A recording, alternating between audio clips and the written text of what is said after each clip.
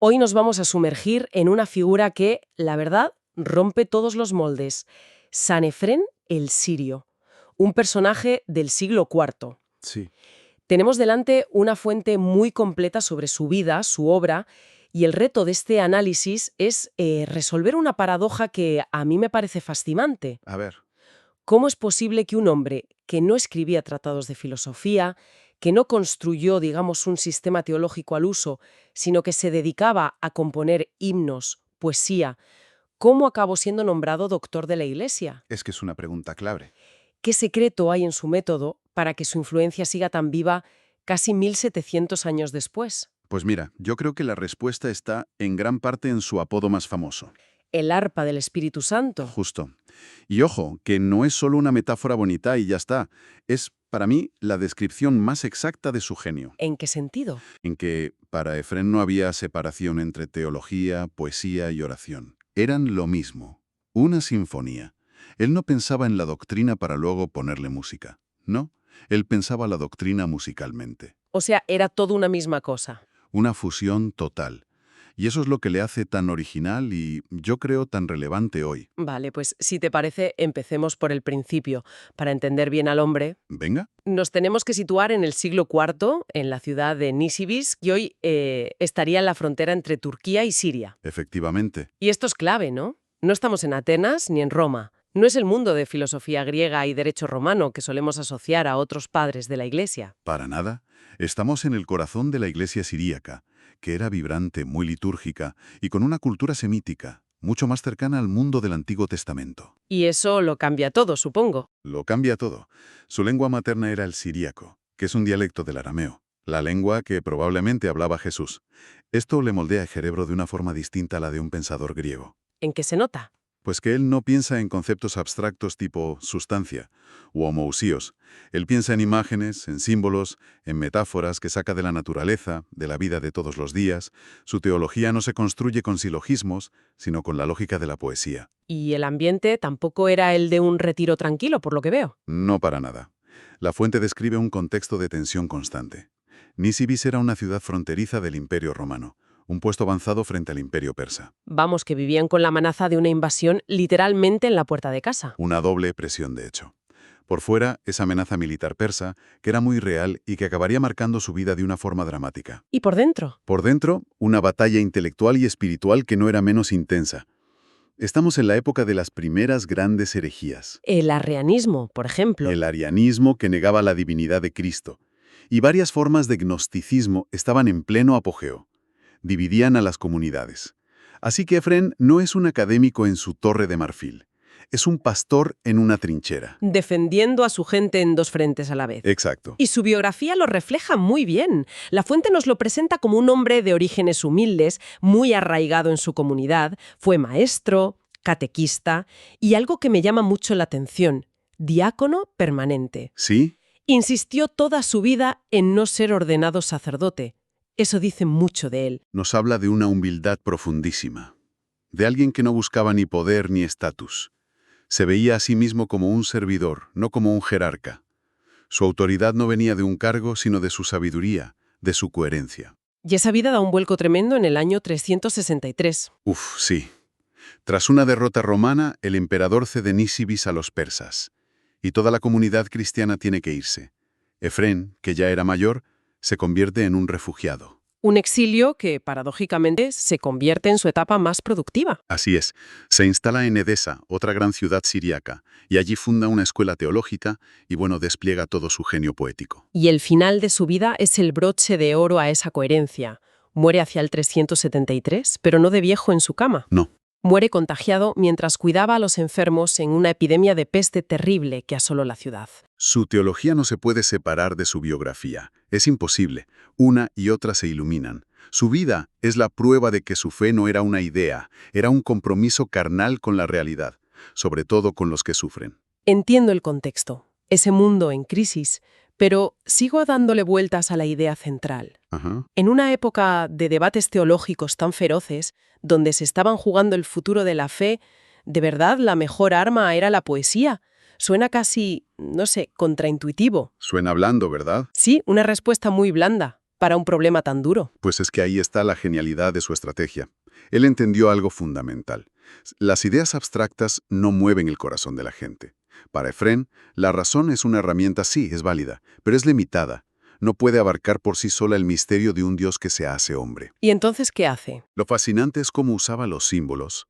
Para él, un símbolo, ya fuera la luz, una perla, el vino, un árbol, no era un simple adorno para hacer una idea más bonita. Era algo más. Era una ventana. Él creía que Dios había sembrado el universo de símbolos de sí mismo y que la poesía era el lenguaje capaz de abrir esas ventanas para que pudiéramos asomarnos al misterio. ¿Podemos ver algún ejemplo concreto para entender cómo funciona esa teología poética en la práctica? Claro, pensemos en algo tan complejo como la encarnación. Un teólogo griego escribiría páginas y páginas sobre la unión hipostática, las dos naturalezas. Algo muy denso, sí. Efrén no. Él te dice, como recoge la fuente, algo como, el Altísimo se hizo pequeño para que lo pudiéramos recibir. Uf, es que en una sola frase lo tienes todo. Tienes la paradoja central del cristianismo. O, por ejemplo, para hablar del nacimiento virginal, la fuente menciona cómo usa la imagen de la perla. ¿La perla? Sí, en un himno podría decir algo así. Como el rayo de sol entra en el agua sin alterarla, así entró el Verbo en el vientre de María. No se rompió el bivalvo para que saliera la perla, como tampoco se rasgó la virginidad de la madre. Es potentísimo. De repente una imagen de la naturaleza se convierte en una teología profundísima, y es fácil de recordar, de sentir. Claro, es que no solo la entiendes, es que la puedes visualizar. Y se te queda grabada. Es como si hoy, para combatir la desinformación sobre un tema complejo, en lugar de escribir un hilo larguísimo, en Twitter lleno de datos, Ajá. alguien compusiera una canción de éxito en TikTok que encapsulara la verdad de forma memorable. Es exactamente esa la estrategia. Y era una estrategia deliberada, no era casual. Si conectamos esto con el panorama general, vemos su astucia. ¿Por qué?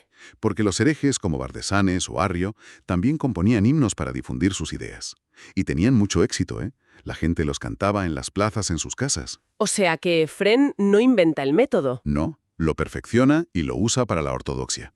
Se dio cuenta de que no podía combatir esa cultura popular con tratados que solo iban a leer 4 eruditos. Tenía que luchar en el mismo terreno. Vaya. O sea, una especie de batalla de las bandas por el alma de la ciudad. Exactamente. Una guerra cultural a través de la música. La fuente cuenta que en Edesa organizó coros, sobre todo de mujeres, para que cantaran sus himnos en la liturgia, en las procesiones. Inundó la ciudad con su música. Inundó la ciudad con la banda sonora de la fe ortodoxa. La gente interiorizaba la doctrina correcta no a base de estudiarla, sino de cantarla, de emocionarse con ella. No era una apologética para la razón. Era una apologética para el corazón. Estaba, en cierto modo, inmunizando a la gente contra la herejía a través de la belleza. Entiendo. Entonces, este método no era solo una preferencia personal, era el núcleo de su misión pastoral, y lo aplicaba a todo. A todo. La fuente destaca, por ejemplo, su teología sobre la Virgen María. No la analiza como un objeto de estudio, ¿no? No, le canta. La llama tesoro de pureza, el cielo en la tierra, el jardín sellado donde floreció la vida. Un lenguaje muy poético. Fue uno de los primeros en desarrollar una mariología tan rica y tan afectuosa, precisamente porque el lenguaje poético se lo permitía. Podía expresar la grandeza y la ternura de María de una forma que un tratado lógico no podría. ¿Y lo mismo con otros temas, como el paraíso? Lo mismo. Para él, el paraíso no es un lugar físico sobre el que especular. Es una imagen del alma restaurada por la gracia de Dios. Un jardín interior donde Cristo es el árbol de la vida y los santos son, pues, las flores fragantes. Siempre vuelve a la imagen, al símbolo que toca la experiencia humana. Todo esto se apoya en una personalidad muy definida. Si unimos las piezas, ¿qué retrato emerge de este genio espiritual, como lo llama el documento? Pues emerge el retrato de un hombre de equilibrios. Era un asceta, sí, pero la fuente insiste en que su ascetismo era medicinal. No era una proeza atlética para impresionar. ¿Qué significa medicinal? Que no buscaba récords de ayuno ni penitencias extremas. Su ascesis consistía en lo esencial: oración humilde, ayuno moderado y, sobre todo, y esto es clave, un servicio incansable a los pobres.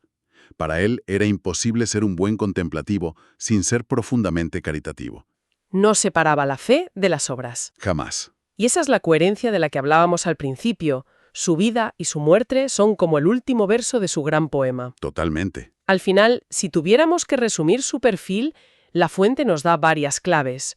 humilde, por ser siempre diácono, Sí. poético, porque lo convertía todo en canto, bíblico, porque su inspiración venía directamente de la escritura, no de la filosofía griega, Y misericordioso. hasta el punto de dar la vida por los demás. Exacto. Su obra nos sigue hablando hoy porque no depende de un sistema filosófico que pueda pasar de moda. Apela directamente a la capacidad humana para el asombro, para la belleza, para el amor. Es una teología que no envejece porque habla el lenguaje del corazón. Muy bien, pues vamos a recapitular. Hemos visto a San Efrén, el arpa del Espíritu Santo, como un maestro que, en medio de un siglo muy convulso, apostó por la belleza como el vehículo de la verdad. Eso es. Un creador de la teología poética que nos enseñó a encontrar a Dios en una perla o en un jardín, no solo en un argumento lógico. Y un pastor que defendió a su gente no con la confrontación, sino componiendo himnos que pudieran cantar, amar y, al final, hacer suyos. Y su legado tiene una vigencia sorprendente. La fuente aporta un dato que a mí me parece clave. Fue declarado doctor de la Iglesia muy tarde, en 1920. ¿Por qué esperar 16 siglos? Pues quizá porque fue a principios del siglo XX, después de una época dominada por el racionalismo y un academicismo a veces muy árido, cuando la Iglesia sintió la necesidad de recuperar un lenguaje que no solo convenciera a la mente. Sino que también enamorará al corazón. Justo. El Papa de entonces, Benedicto XV, vio en Efrén un antídoto contra esa aridez. Tiene todo el sentido. Es como si el mundo moderno, tan lleno de información, pero a veces tan vacío de significado, necesitara redescubrir que, como dice la fuente al final, la verdad no solo se explica, se canta, se contempla, se ama. Una lección absolutamente esencial para nuestro tiempo. Y esto me lleva a una última reflexión, ya para cerrar. Dime. Si el método de Efrén consistía en integrar una teología profundísima en el arte más popular y accesible de su tiempo, que eran los himnos, Claro. ¿cuáles serían los himnos de nuestra época? Esa es la pregunta del millón, ¿verdad? En un mundo saturado de información, de redes sociales, de estímulos audiovisuales que compiten por nuestra atención a cada segundo, Exacto. ¿dónde y cómo se está comunicando la verdad de una manera que sea a la vez profunda y bella? Una comunicación que capture el corazón y no solo el intelecto. Y que la gente pueda, en cierto modo, cantar, hacerla suya en su vida diaria. Quizás el próximo San Efrén no esté escribiendo himnos en una iglesia. A lo mejor está dirigiendo una película o, no sé, diseñando un videojuego. O creando una experiencia de realidad virtual, quién sabe. La pregunta que nos deja Efrén y que es muy potente es, ¿estamos usando la belleza con la misma audacia y la misma creatividad que él?